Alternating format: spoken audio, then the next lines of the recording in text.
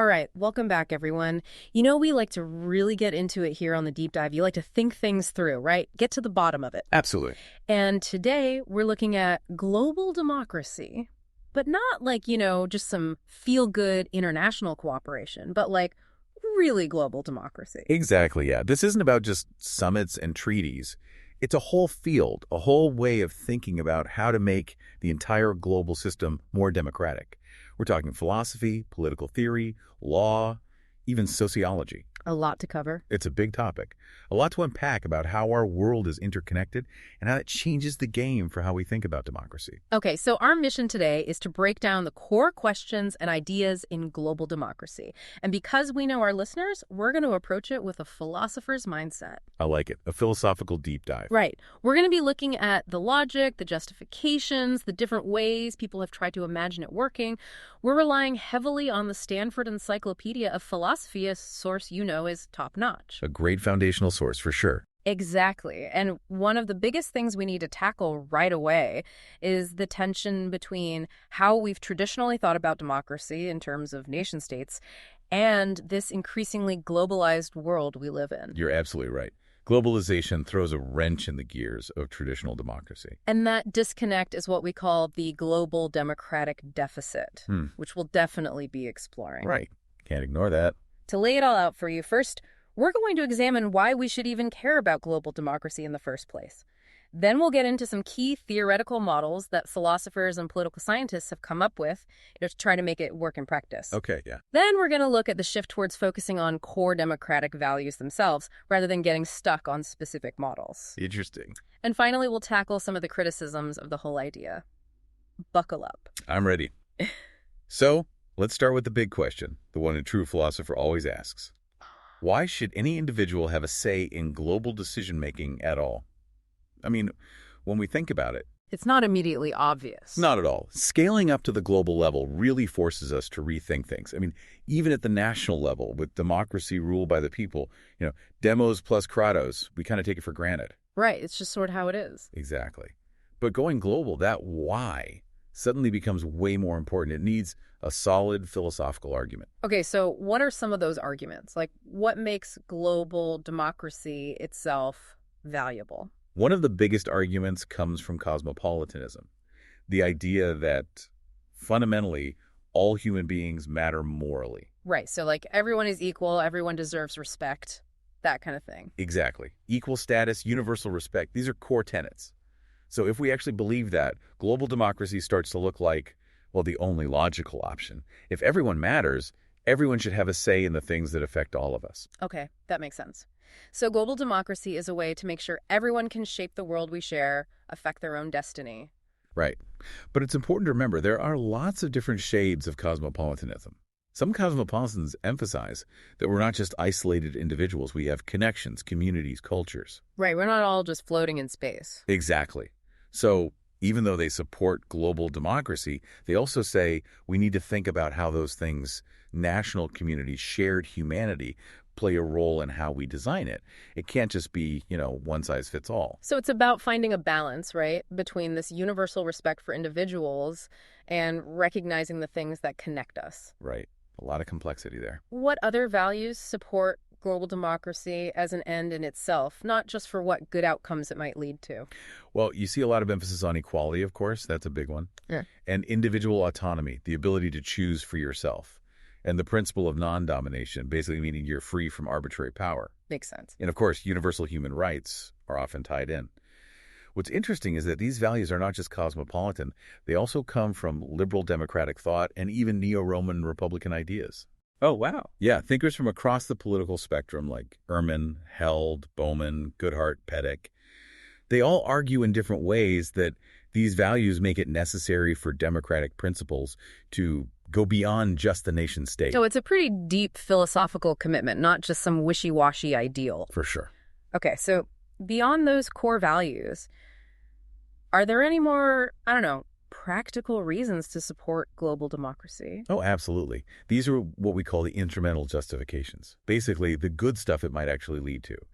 And a major one is what we call the epistemic benefit. Epistemic benefit Sounds fancy. Basically, it's the idea that if you get more diverse perspectives involved in decision-making, you're more likely to make better, more informed decisions. It's about better truth-seeking, if you will.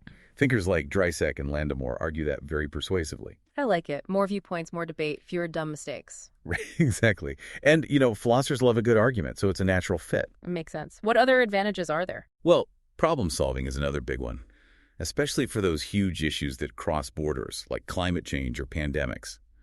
Scholars like Bray, building on John Dewey's pragmatist philosophy, they say that if people actually get to have a say in the global rules, they're more likely to go along with them. Okay, that makes sense. It's about legitimacy and buy-in, which are super important when you don't have a global police force running around. Right. You need people to actually want to cooperate. Right. And then you have the justice argument, really pushed by Laura Valentini. She says that to be truly fair with how we use global resources and resolve disagreements, we need some kind of global democratic process. Oh, interesting. Like, who gets what and how do we decide? Exactly. We need some fair way to figure all that out. Okay, so to recap, we've got really strong philosophical backing for global democracy, both in terms of those inherent values and indeed in terms of the good stuff it could lead to. Right, but then we run into a wall. Right. Well, How do we actually make this thing work? yeah, fair enough. It's one thing to say it's good in theory, but how do we put it into practice? That's the million-dollar question. And philosophers and political theorists have come up with a bunch of different models. Different models, huh? Like blueprints for global democracy. Yeah, sort of. Think of them as different philosophical approaches to structuring global governance. Okay, so let's dive into them. What's the first model? Let's start with intergovernmental democratic states. It's pretty funny what it sounds like. Yeah. You achieve global democracy through nation states that are internally democratic working together. Okay, so the state is still king, in a way. Right. It builds on what we're familiar with. And it relies on those liberal and cosmopolitan ideals of equal participation and self-determination. But the state is still the main player. Got it.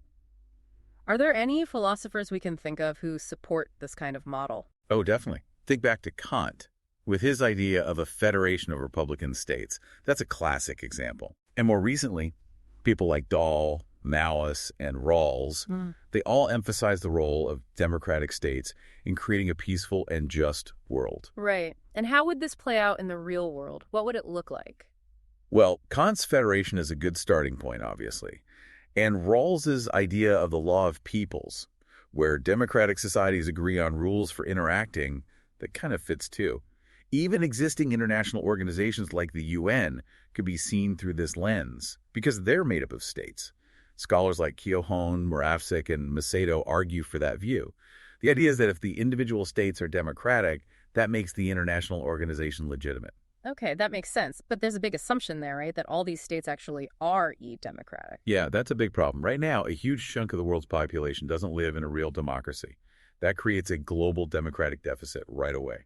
You're right. Not very global if not everyone's included. And it's even more complicated than that.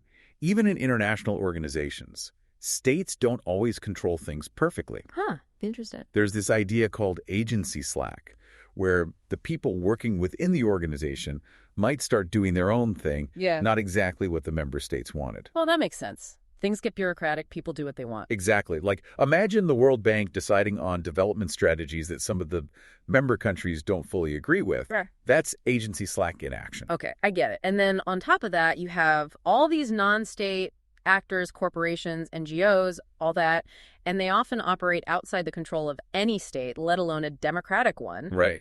So the intergovernmental model, while familiar, doesn't seem to fully address the reality of how global power actually works. Yeah, it's got some serious holes. All right, well, what's next? What's another model that tries to fix those problems? Next up is cosmopolitan democracy. This one tries to build democratic institutions directly at the global level.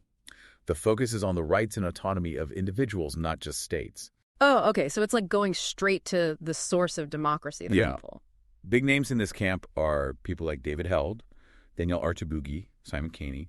These folks say that individual autonomy is the key value. Right, and what does that mean for global democracy? Well, they argue that to be truly free to shape your own life, you need global institutions that protect your rights and give you a say in global decision-making. That makes sense. So, not just relying on states to be democratic, but creating democracy at the global level itself. What kind of institutions would that involve? You could see things like a global parliament or even direct global elections.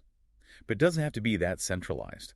Held, for example, argues for a multi-layered system with democracy at local, national, regional, and global levels. Ah, okay. So different levels working together. Right. Each level would have its own area of responsibility. It's about matching the level of governance to the scale of the issues. That's interesting. And what would the global level look like specifically? Well, you could have a global parliamentary assembly to represent people worldwide, international courts with more power to protect human rights, a stronger global rule of law to make everyone accountable. Wow, that's a big change from what we have now. And I know there's actually a proposal for a UN Parliamentary Assembly out there. Yeah, that's a real example of how this model could start to take shape.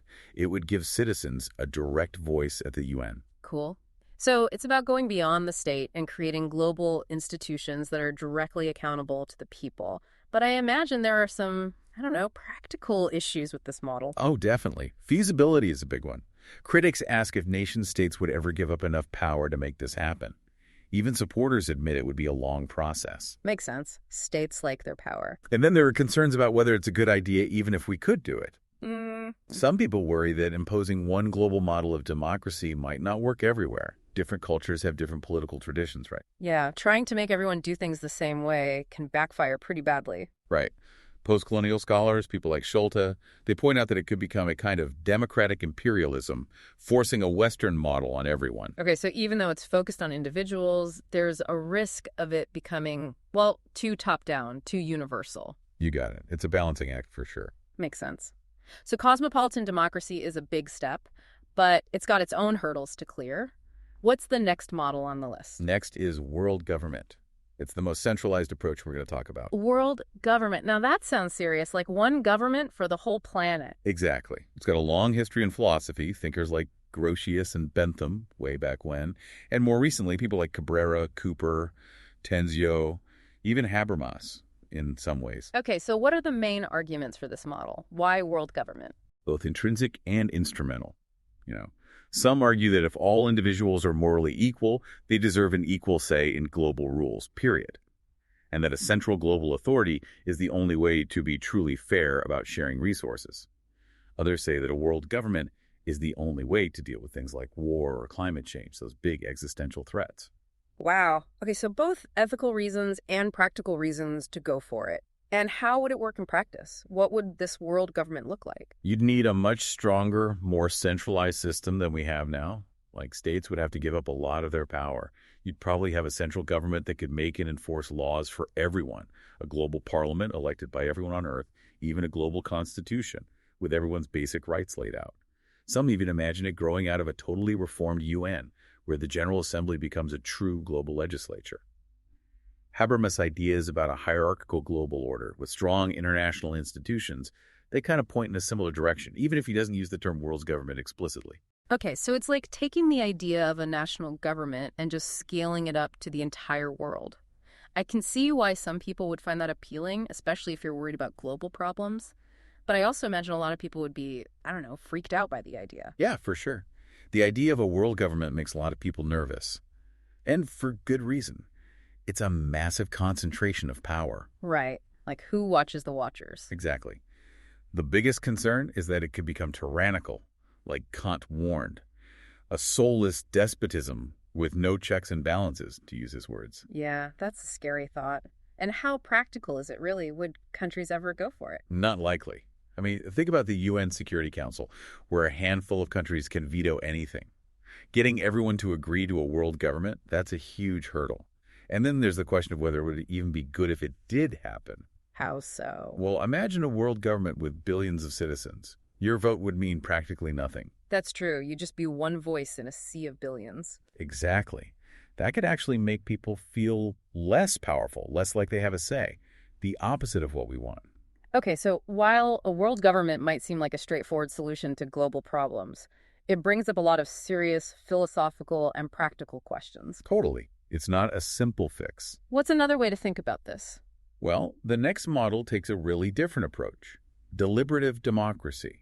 This one says that global democracy isn't so much about specific institutions, but more about how decisions are made. Oh, okay. So it's less about structure and more about the process. Exactly. It's about reasoned discussion and debate, and that's supposed to make global politics more democratic. Key thinkers here are people like John Dryseck, Sela Ben-Habib, Corinne Beck-Strand, James Bowman. Right. So instead of focusing on creating a global parliament or something, it's about making sure global discussions are inclusive and that people are listening to each other and using reason. Exactly. It's about creating the right conditions for good decision-making, Yeah, not just setting up the right structures. I see. So less about voting and more about talking things out. Exactly. The ideal is that decisions are guided by deliberation. That's non-coercive, everyone gets to participate, and people have to give reasons for what they want to do. It connects to this stakeholder model idea, too. Stakeholder model. Tell me more. Basically, it means that the people who are most affected by an issue should have a say in how it's dealt with. They're the stakeholders, and how power is used and held accountable. Got it. So deliberation and stakeholder participation, that's how you make things democratic. But how does this actually work in a messy world of global politics? Well, it's about making existing systems more deliberative, both formal and informal. Informally, you've got things like global civil society, online forums, all those spaces where people talk and exchange ideas. Right, like public debate and all that. Exactly. Deliberative democracy says we need to make those spaces work better, more inclusively. And on the formal side, it's about making international organizations like the WTO or the IMF more open to reasoned argument, more transparent in their decision-making. Okay, so it's about bringing more voices to the table, making sure the people affected get to speak, and making sure decisions are based on reason and not just power politics. You got it. Sounds good in theory, but does it work in practice? Are there any problems with this model? There are definitely some challenges. One is that it often lacks concrete institutional proposals. It tells you what values to pursue, but not exactly how to build institutions that actually do that. And it can get bogged down in endless discussion. Deliberation is great, but sometimes you need to actually make a decision. Yeah, can't just talk forever. Right. And there are concerns about whether it's truly equal. In the real world, some people have a lot more power and resources than others. Right, not everyone gets to speak equally. Exactly. It's hard to make sure everyone has a fair chance to participate, that their voice actually matters. Ehrman brings this up a lot. Okay, so the power imbalances of the world could undermine deliberation, even if everyone has good intentions. Right. And then there's what's called the governmentality critique, which is the idea that by including civil society in these discussions, you might actually be co-opting them, making them part of the system they were trying to change. So instead of challenging power, they become part of it. Right. It's tricky. So deliberative democracy is a really interesting idea, but it's not a magic bullet. We need to be aware of those potential pitfalls. What's our last model? The final one is radical democracy.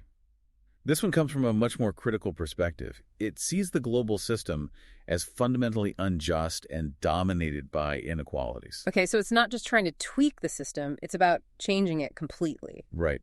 Thinkers in this camp want to challenge, maybe even overthrow, the existing structures of power, state sovereignty, capitalism, the whole shebang. Wow, okay, a real revolution. Who are the big names associated with this model? People like Hart and Negri, Chantal Mauve, Jan Art Schulte, they all critique the current global order from different angles, but share this idea that radical change is needed. So what are their core beliefs? What's the philosophical basis for radical democracy? Well, they see existing liberal democratic institutions, even global ones, as part of the problem. They're skeptical of the whole system. Hart and Negri, for example, in their book Empire, they talk about how power is spread out, not just concentrated in states. And they argue that social movements need to challenge this global empire and create new forms of cooperation. Okay, so it's about challenging power wherever it exists, not just focusing on states. Exactly. And they believe in creating alternatives from the ground up through cooperation and sharing. And what about Mouffe? What's her take on it? Mouffe critiques deliberative democracy for trying to smooth over all conflict. She says we need to recognize that there are fundamental political disagreements, antagonisms, and we need to find ways to engage with those productively. Oh, interesting. So not about finding consensus, but about finding ways to manage conflict. Right. And then Schulte, he pushes for a really radical rethinking of global democracy that goes beyond states entirely. He wants to see more fluid, interconnected forms of democracy that work across different scales and involve all sorts of different actors. So not just states, but also communities, networks, movements, everyone. Exactly. It's a very decentralized and diverse vision. Okay, so lots of emphasis on challenging the status quo and creating alternatives from the bottom up. But how would this actually play out? What would a radically democratic world look like? Well, that's where it gets a little fuzzy. Radical democracy is more about the process of change than about specific end goals or institutions. They're not big on blueprints. So less about designing a new system and more about the struggle to create something better. Exactly. They emphasize the role of social movements, grassroots organizing, transnational network. Right, like people power. Right.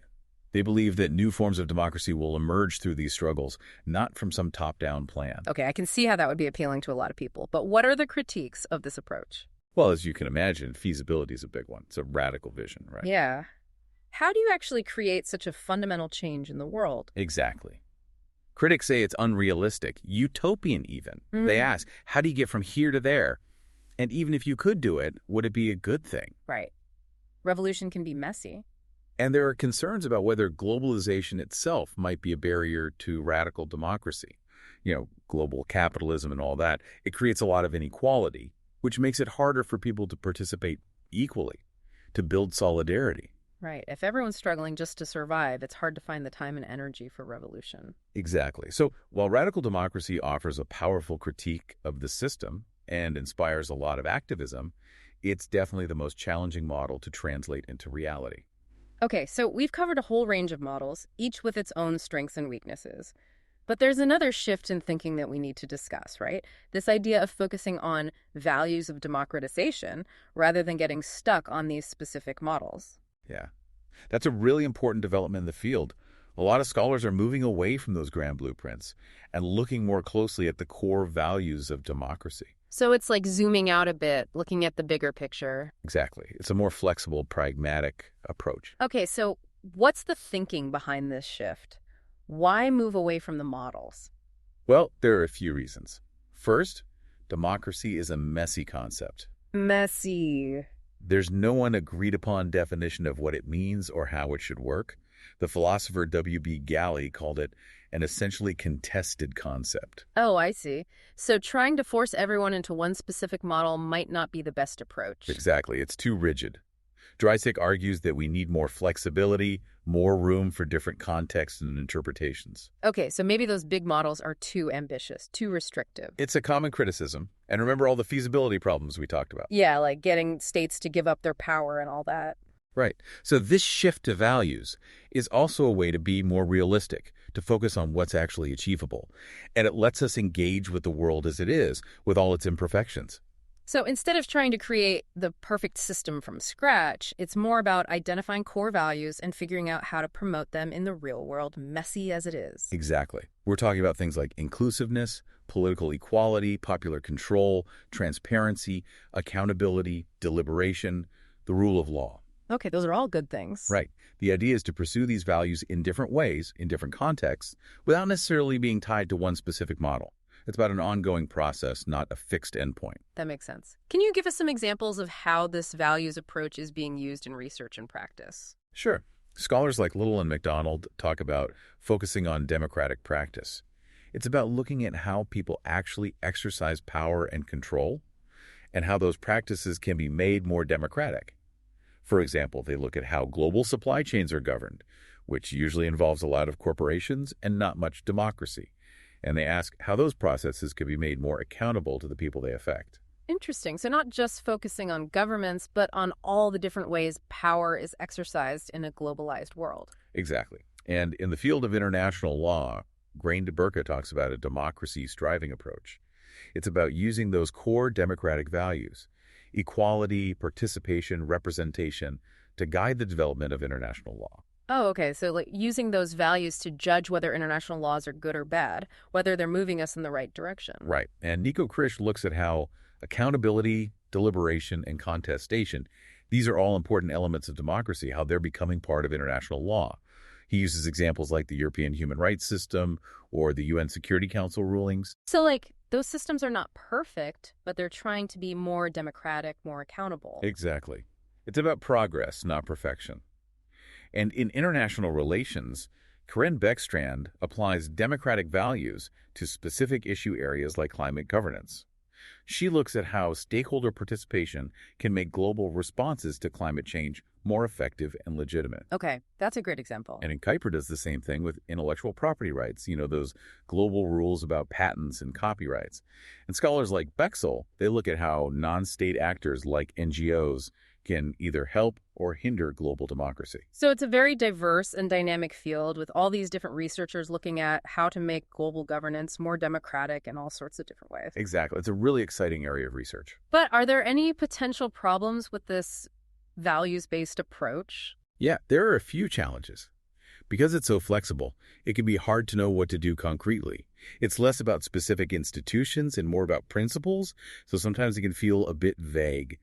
And it can be hard to balance different values when they clash. Right, like what if you have to choose between being inclusive and being efficient? Exactly. Those are tough trade-offs. And there's a danger that without a sharp focus on power dynamics, we might miss the bigger picture. Huh, how so? Well, we might get caught up in celebrating small victories, like a slightly more deliberative UN process, but miss the fact that the underlying system is still deeply unequal and undemocratic. So, like, we might be polishing the surface while ignoring the deeper problems. Right. And Andreas Holzendal points out that it can be hard to make sure all these different efforts to promote democratic values actually work together, that they're coherent. But some, like Dingworth, argue that focusing on values helps us identify specific areas for improvement and figure out how to resolve those conflicts between different democratic ideals. Okay, so it's a promising approach, but we need to be aware of those potential pitfalls. Now, before we wrap up, we need to talk about the critics. Global democracy has its fair share of them, right? Oh, absolutely. It's a controversial idea. So what are the main criticisms? What are the biggest challenges to the whole project? Well, one of the most persistent criticisms comes from realism in international relations. It's a whole school of thought that emphasizes the role of power in global politics. Okay, I've heard of realism. It's like realpolitik, right? The world is a tough place, countries are selfish, and power is everything. Yeah, that's the basic idea. They draw on thinkers like Hans Morgenthau, who argued that the international system is anarchic. There's no world government to keep everyone in line. Right, it's like the Wild West out there. Exactly. So in that kind of system, states are the main actors, and they're driven by self-interest. They want power, especially military power, to survive and protect themselves. Okay, so how does that challenge global democracy? Well, realists say that global democracy is naive. It focuses on things like individual rights and the rule of law. But those things don't matter much in a world where states are constantly competing for power. They say that national interests and power politics will always trump any idealistic notions of global democracy. So it's like trying to build a house of cards in a hurricane. Pretty much. Are there any counter-arguments to the realist perspective?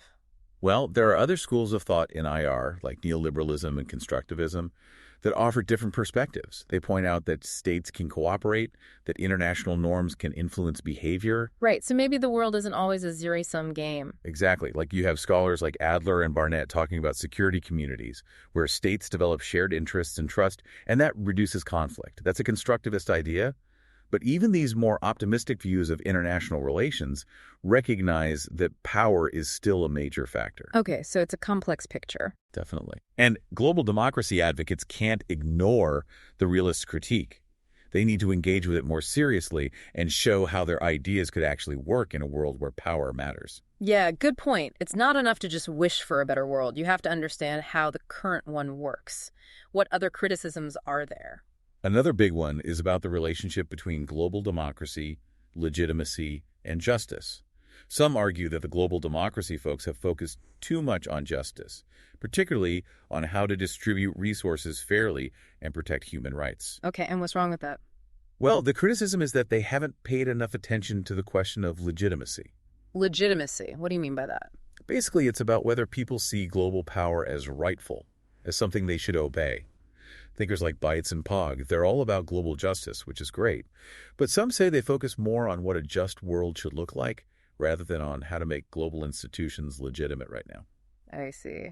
It's one thing to imagine a perfectly just world, but it's another to figure out how to get there. Exactly. And scholars like McDonald and Ronzoni, they argue that legitimacy isn't.